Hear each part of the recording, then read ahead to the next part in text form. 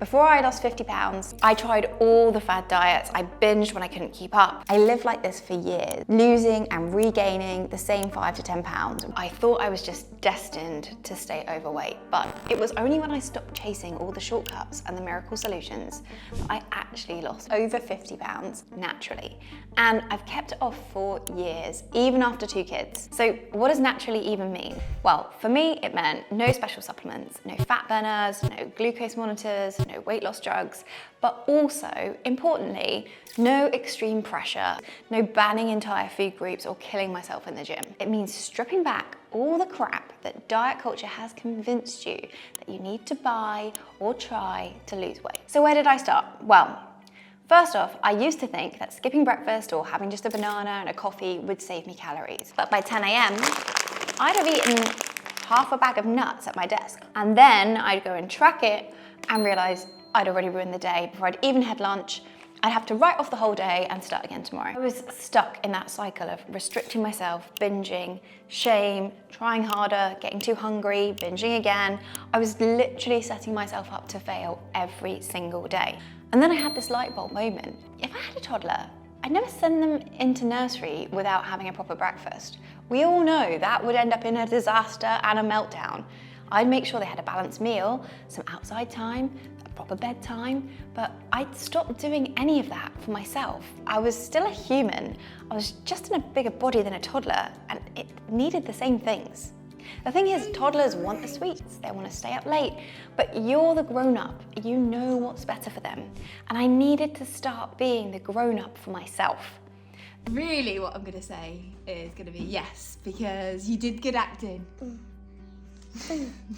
This is what I tell my clients to do too. You have to learn to parent yourself with your best interests at heart. So instead of forcing restriction and skipping meals and endlessly pursuing low calories, I started asking myself, what does my body actually need right now? And that shift really helped me get out of that restrict, binge, shame, restrict harder cycle. But actually, it was the start of a whole shift in my relationship with food, exercise, and my body in general. I set out to learn what it was that my body truly needed. Because no one teaches you this in school, right? I wanted to know the real science of it, not some points-based girl maths BS that left me actually no closer to understanding how to nourish myself. So I delved into the concept of a calorie deficit. Not to obsess over numbers, but to actually understand how energy balance really works. And then I learned what macros are and what they each do for my body. So using this newfound knowledge, I created 7 go-to meals and I just rotated them each week, mixing up the flavors with different spices or sauces when I wanted a bit of variety. Let me show you what one of those meals actually looked like. This plate right here has 30 grams of protein, loads of vegetables, and these potatoes are slow burning carbs. Before, I would have definitely called this too much food.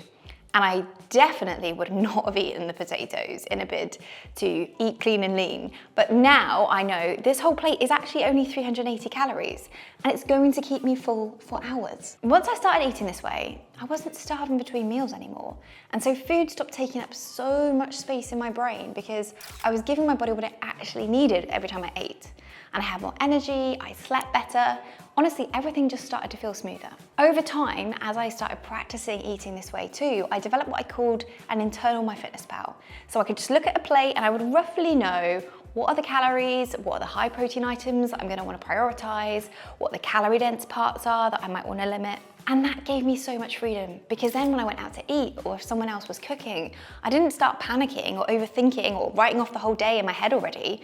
I just knew what to reach for. And the thing is, once you get this stuff, it just sticks. You can't unlearn it. What I did have to relearn though was what it felt like to be actually hungry versus just wanting food. Because I'd spent years emotionally eating rather than eating to fuel my body. Firstly, because I had no idea what varying levels of hunger actually felt like.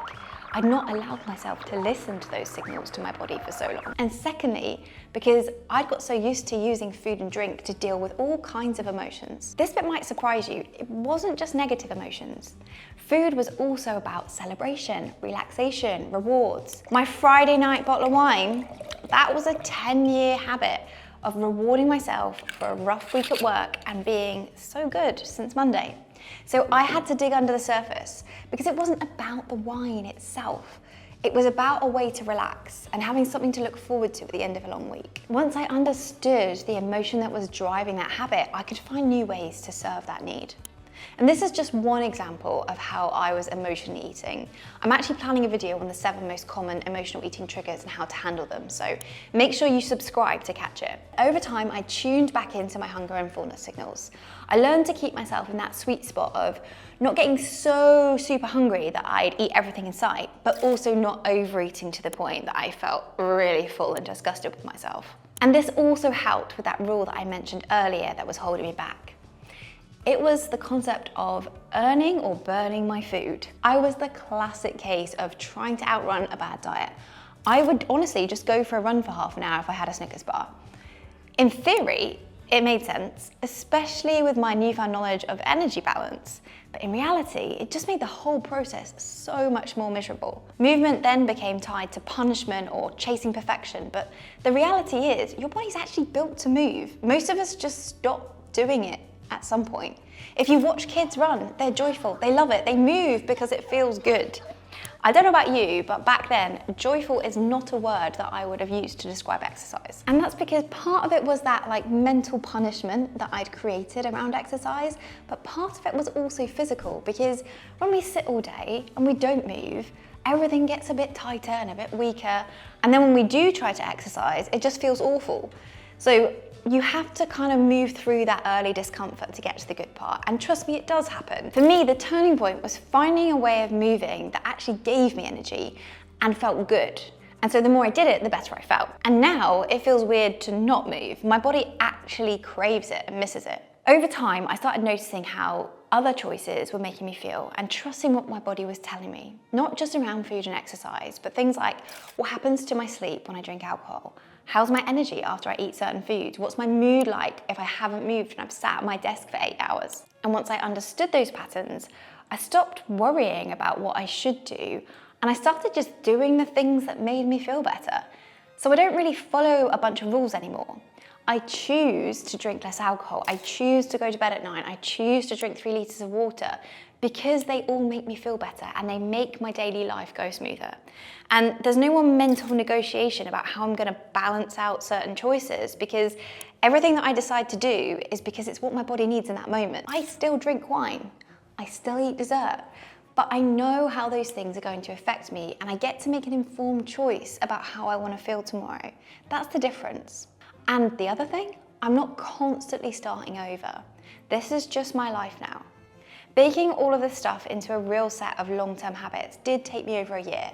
But the stuff I learned about my body, my habits, my defaults, all of that is what made it stick. Even through pregnancies and the chaos of life with 2 small kids. Losing weight naturally isn't about cutting everything out. It's about tuning back in to how your body actually works and what it actually needs. If I had to sum it up, I'd say it comes down to 3 things. Learning how food works, understanding my own patterns, and finding movement that felt like something I wanted more of, not something I had to force. So if you want to see what that actually looked like day to day, I walk through the 7 exact habits that helped me get here in another video, which you can watch just here.